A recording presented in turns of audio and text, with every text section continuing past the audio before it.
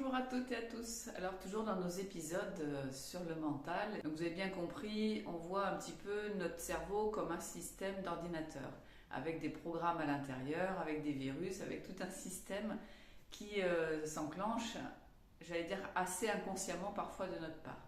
On pourrait dire que quand on arrive sur Terre, on est neutre, c'est-à-dire qu'on est un petit enfant où le cerveau n'a jamais été utilisé, donc il n'y a pas d'information à l'intérieur. Et l'encodage se fait à travers toute notre vie, c'est-à-dire que le personnage que nous sommes, le petit personnage, c'est-à-dire l'identification que nous faisons de nous, se forme à partir de tout le système qu'on va voir dans la vie. C'est-à-dire comment fonctionnent nos parents, comment fonctionne la société, comment fonctionnent les autres autour de nous.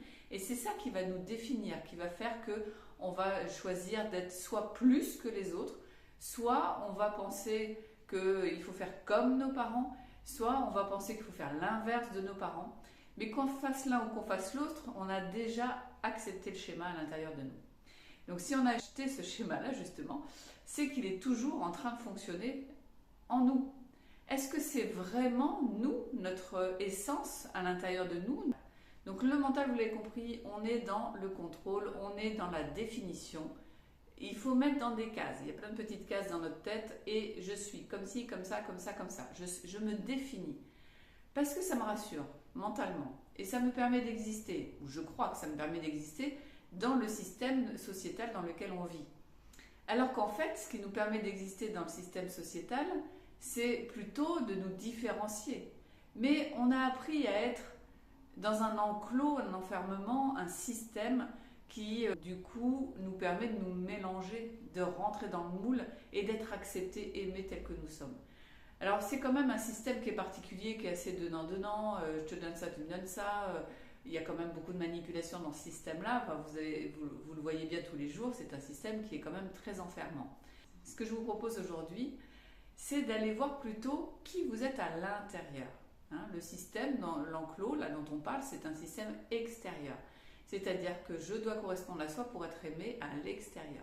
Et si cet amour, il était déjà en vous?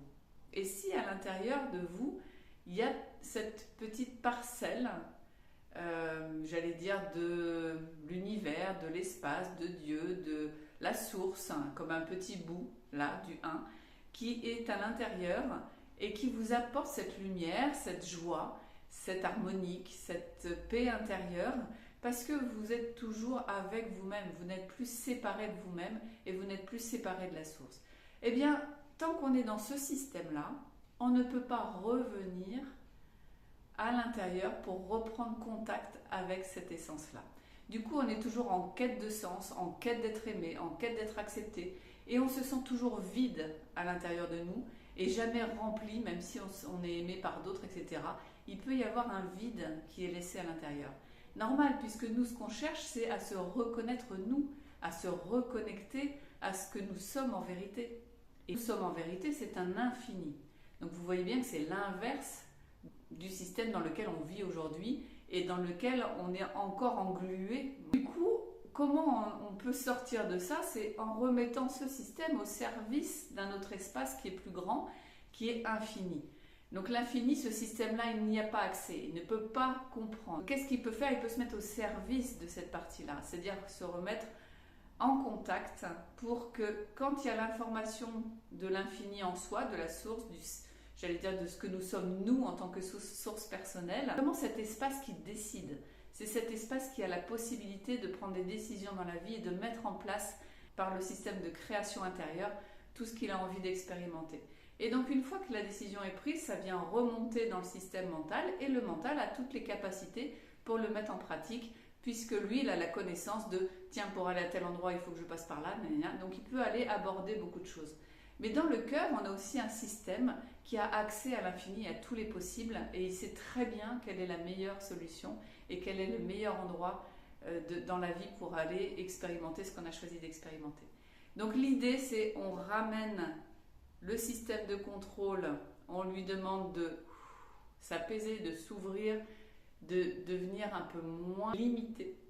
Et on lui dit, vas-y, ouvre-toi à quelque chose de nouveau, viens ouvrir les espaces à quelque chose qui va t'amener dans l'inconnu, mais un inconnu qui va te permettre de vivre de l'amour, de vivre un bien-être et à nouveau d'être en sécurité à l'intérieur du système, puisque ce que le mental cherche, on l'a vu sur le niveau 2, c'est à se mettre en sécurité, puisque le petit enfant et les gardiens qui se sont mis en place cherchent la sécurité, cherchent à être aimés et à se sentir soutenus et à se sentir maternés et à se sentir réconfortés.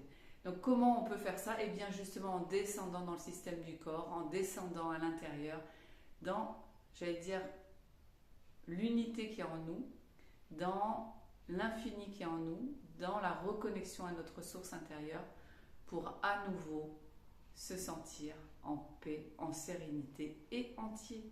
Parce que c'est ça qu'on cherche, c'est à être entier. Entier, c'est un mental à la juste place, dans un corps, avec toute la lumière qu'il y a dans le corps à l'intérieur, toute l'énergie de vie, tout le système qui est là, et qui nous permet de vivre pleinement qui on est au quotidien. Et puis de s'amuser dans la vie. Puisqu'on sait à ce moment-là que la vie est un jeu d'expérience qui nous amène la connaissance vibratoire du ressenti dans les sens. La vibration, c'est quoi? C'est le ressenti dans les sens. Les sens du toucher, de l'ouïe, du clair-goûté, clair-ressenti, la vision. Voilà, c'est tout le système qui s'ouvre, tous les capteurs du corps qui sont ouverts au ressenti. Mais on ne tombe plus dans l'émotionnel. C'est assez complexe comme schéma, mais c'est très intéressant à étudier. Moi, je me suis régalée à étudier tout ça, même si ça n'a pas été rose tous les jours aussi. Et du coup, j'ai vraiment à cœur de vous accompagner à travers tous ces systèmes pour vous aider à sortir de cette glu, de tout cet amalgame qui fait que vous ne savez plus qui vous êtes en vérité. Voilà, donc si ça vous intéresse de continuer votre chemin avec moi, n'hésitez pas à me contacter. À bientôt.